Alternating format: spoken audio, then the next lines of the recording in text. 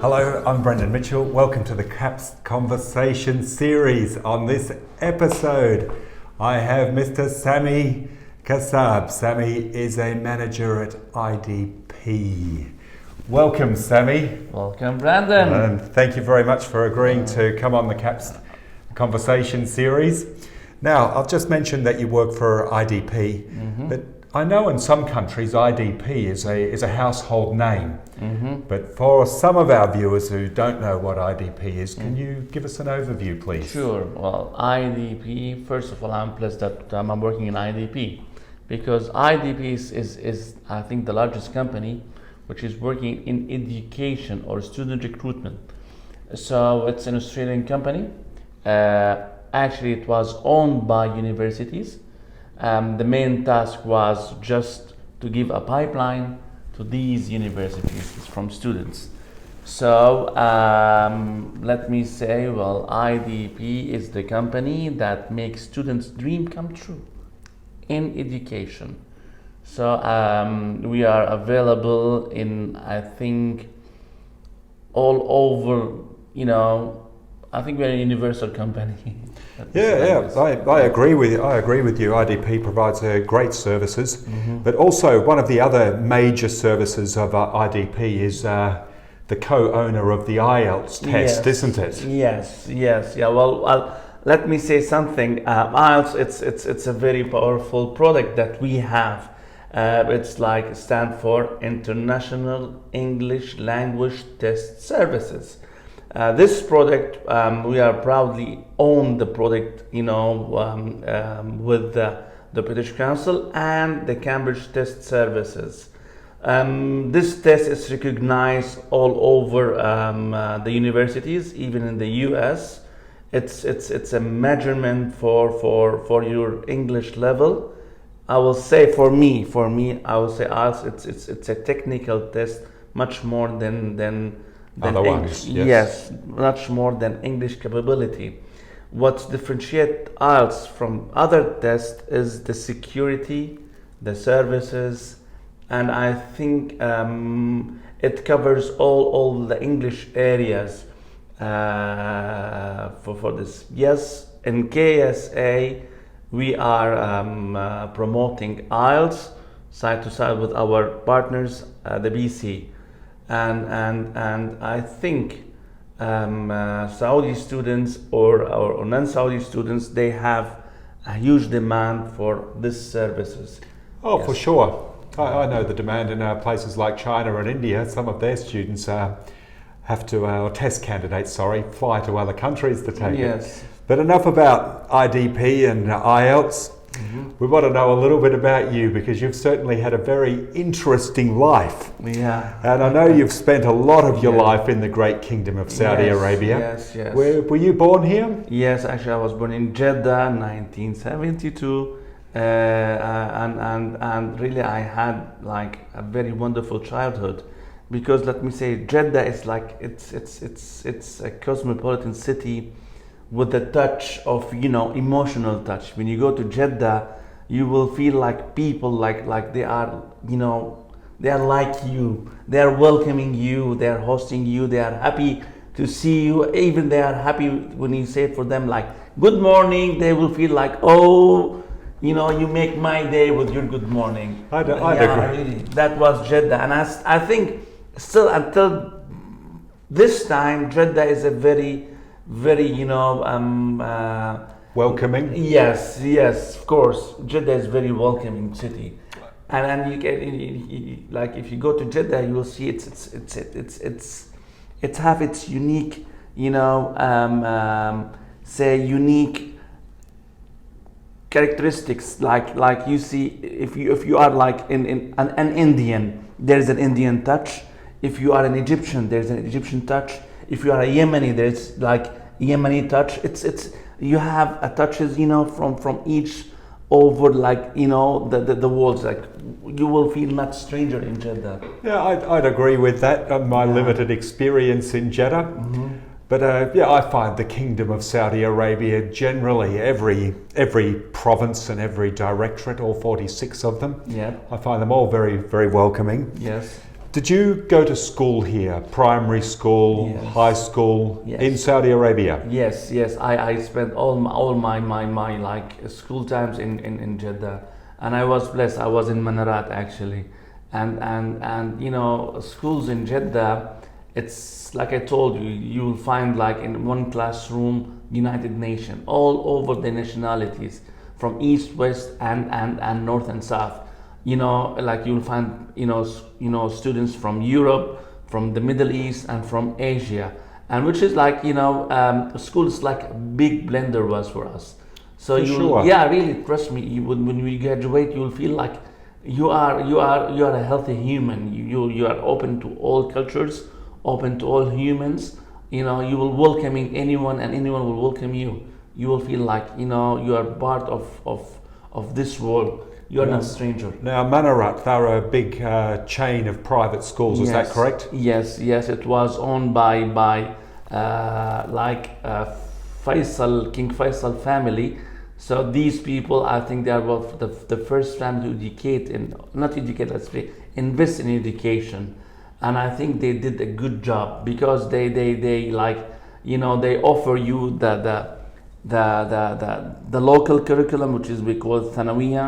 Then they offer you the British curriculum, and they offer you the American curriculum plus the Egyptian curriculum, which is unique in the KSA. The Egyptian curriculum. Fantastic. Yes, yes. Certainly varied at Manarat schools. Yeah. Now, I understand when you went to university, it was returning to your country of nationality, is that correct? Yes. What yes. once and potentially is going to be, again, a super nation of Syria. Yep. Actually, university was like a culture shock for me. I lived all my life in KSA, and then I just went to Damascus, and I went to Damascus, University of Damascus. Well, you feel like this is your first time you'll be in touch with like yes, they are Syrians, but they are different in their way of thinking. I mean, like approaching the life. Our life here was very happy in Jeddah, was very open. There is no struggles, let me say, and everything you need you can have. But when you go to Damascus, their priority is different than you. They have a different view of culture, of education, of let me say political views, and you will have these arguments and dialogues between you and the other say part, like how they grow up is really like interested say enigma for you. You need to know these people closer. You need to know this culture. You need to know that is this Syria. I know Syria like during my vacations, but not when in the university. I discovered a different Syria while I was in the university. Really, Yeah, wonderful experience to learn and grow. it was for sure. It was Now that would have been in life the changer. that would have been in the early 1990s Yes. when you were studying. Yes. I remember when I was living and working in Kuwait in the early part of this century, Yeah. and time flies. Yeah. And, it is really. Now, the yeah. Syrian university system had a very, very good reputation. Yes. Sure. Particularly, I remember in dentistry Yes. in the Gulf region. Yes. Is there? You know why? Let me tell you something. Like they have, let me tell you something. When you graduate from sixth grade, you go to the seventh and the eighth. When you go to the ninth, this is like too many corners you need to go. You will not continue in the public education. Either you go to the TVTCs or you will go to a different channels. Few people they will manage to go to the university, so they will have the elite students who will go like to the. I think like 15%. It's the average that the students go to the universities. So when you go like to the school of medicine or school of dentistry, you are a person who have like you like to study very well, you like to understand subjects very well, and you are working hard. So that's why, and for us, like dentistry is like a status symbol. So you need to work hard to reach this university, and the competency within the university is very high. This is number one. Number two, and I think it was like the French touch with our education system in Syria. I don't know. That's what was my analytical. That's the French touch on education system, make it very competitive. Very competitive. Yes, I remember the graduates, and I still work with a lot of Syrian people here. Yes. Highly competent. Yes. Both individually and collectively. Yes. Now, when you graduated, Yeah. I think probably in 1994 or 1995, Yes. was it your intention to stay and live and work in Syria, or perhaps come back to the great kingdom of Saudi Arabia or another Gulf country? Well, let me tell you something. When I graduated from university, my mom just gave me a chance for 1 year. She said, just do whatever you like in life, okay? Because after this year, you'll go to the real life. So I was just spending like 1 year thinking what I need to do in my future, this and that. Of course, I have well, let me see what I have great attachment with KSA. I like KSA, black and white. Really, I like KSA, and particularly in Jeddah. I like Jeddah, so that was my first option. Of course, also the chances and the options that I can have in Jeddah is different than Damascus. Because I grow up with the system. I spent like 5 years in Damascus, but I never changed from inside. I'm still attached to the Saudi system. It's like magnetic. So I decided to come back. Although there was a huge potential in Damascus, but I prefer just to come back to KSA. Really. Sure, I think it's worked out very well for you here, hasn't it? Yeah. Alhamdulillah. Job-wise, life. Yes. Because I like to meet people, and I like in KSA you will think about only yourself and your work. In Damascus you will have too many things you need to think about. You need to think about your friends, family, neighbors, political situation, economical situation, this and that, and the chances were like limited, okay. But in KSA, it's a huge, and I admire the way my father was building his career in the KSA. It was like, whatever effort he just doing, and it was paid back to him. So I was oriented the same, and it works for me, really.